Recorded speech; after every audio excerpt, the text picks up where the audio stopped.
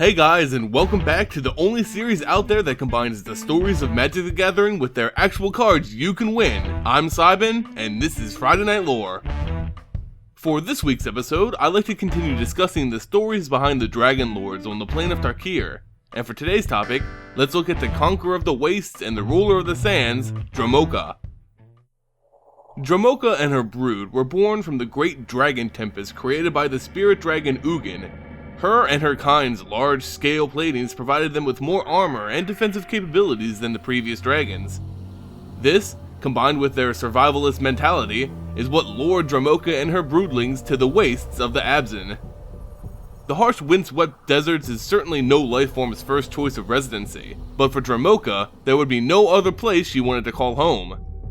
She believed that all life on Tarkir must fight to survive in its own way, and thus, weakness would eventually be weeded out as those who aren't strong enough die off. The waste of the Abzan also appealed to her strong desire to lead a community. Dromoka didn't want to mindlessly rule drones who obeyed out of fear, but rather, she believed that her kind could only survive in the world through a combined effort. The troublesome environment made it so all in her brood had to act together in order to just continue living. Of course, Dromoka wasn't alone in the desert. A group of nomadic humans also survived and called this harsh place home. These humans belonged to the clan known as the Abzan, and like the dragons, they also worked together in order to mete out survival. As well as these two groups could have worked together for the benefit of all, the dragons and the humans of the ancient Abzan just couldn't see eye to eye. Dromoka and her brood began to attack the Abzan and their caravans, halting their trades and significantly impacting their way of life. If left unchecked, the Abzan would have surely suffered and eventually faded to history. The Abzan used spears, swords, spells, everything in their arsenal, but nothing could penetrate the tough, scaly skin of Dromoka the Eternal. When life seemed to be most fleeting, the combined houses of the Abzan were granted a glimmer of hope. The dragon storm slowed and eventually ceased entirely. No new dragons were being brought to Tarkir. The spirit dragon Ugin had died, and with his death heralded the end of all dragonkind on Tarkir. Dromoka and her brood were pushed further and further back, until surviving was no longer an option. She died by the hands of those who worked together to survive. She couldn't have asked for a better death.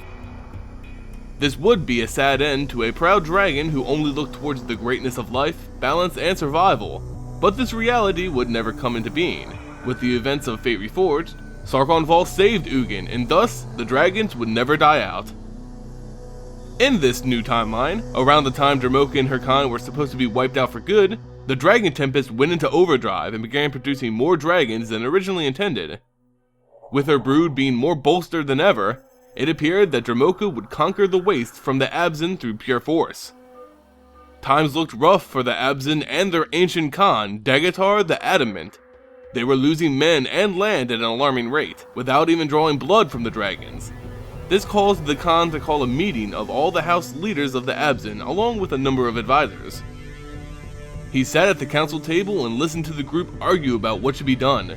The warlords and generals wanted to lead an all-out attack on Dromoka herself, while the nobility trusted in their sturdy walls to withstand the dragon's sieges. As Dagatar pondered his choice, he came to the realization that neither would result in the survival of his people. A few months prior, a legion of 1,000 Abzan warriors were slain in an instant by Dromoka's breath. The dragon, after years of living in the harsh climates of the waste, could spit a ray of fire so hot that it was brighter and more intense than the sun itself. The men were disintegrated, and Dromoka spared almost no energy in doing so. The Khan also realized that as strong as their walls were, nothing could stop the endless sieges of the dragons. They would only be delaying the inevitable. Dagatar, like the Abzan Khans before him, went to receive advice from the ancients of his clan. The Abzan worship kin trees, which act as anchors, binding the spirits of the dead to their homes. The largest tree in Abzan society was said to hold the spirits of the first Abzan and the first Khans, making their advice the most valuable. A powerful storm long ago reduced that kin tree to nothing more than ash, but in that rubble was a chunk of pure amber, which contained every ancient spirit which was housed in the tree.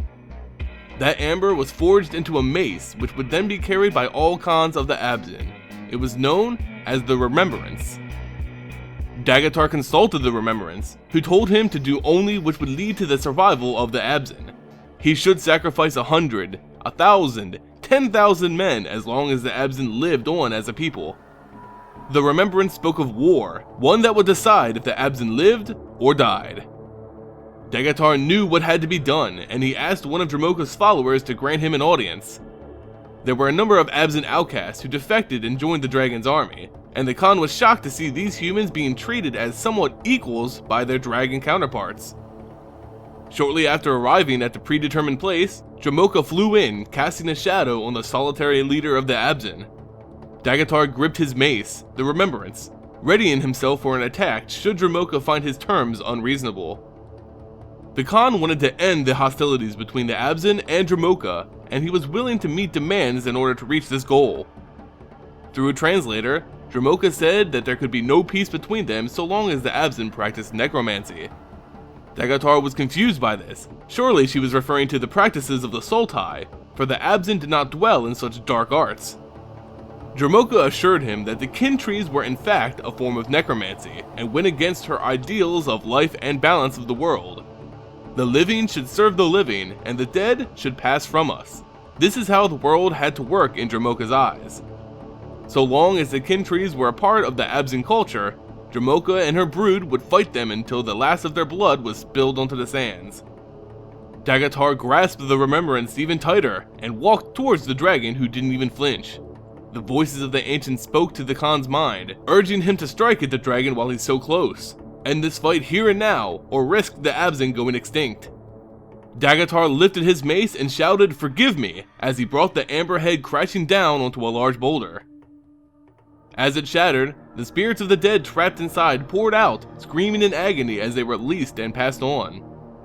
Dagatar ordered that all kin trees would be uprooted, and that the practice of necromancy no longer can be continued by the Abzan. His general, who accompanied the Khan to this meeting, informed him that this decision would split the houses of the Abzan, causing civil unrest and a civil war. Dagatar agreed, but quoted the Remembrance, saying that it was his duty to ensure the survival of the Abzan, no matter the cost. Losing the spirits, losing a tradition, even losing half of their population was okay, because now, the Abzan would survive. Dromoka was pleased by this decision and agreed to accepting the Abzan who gave up necromancy into her fold.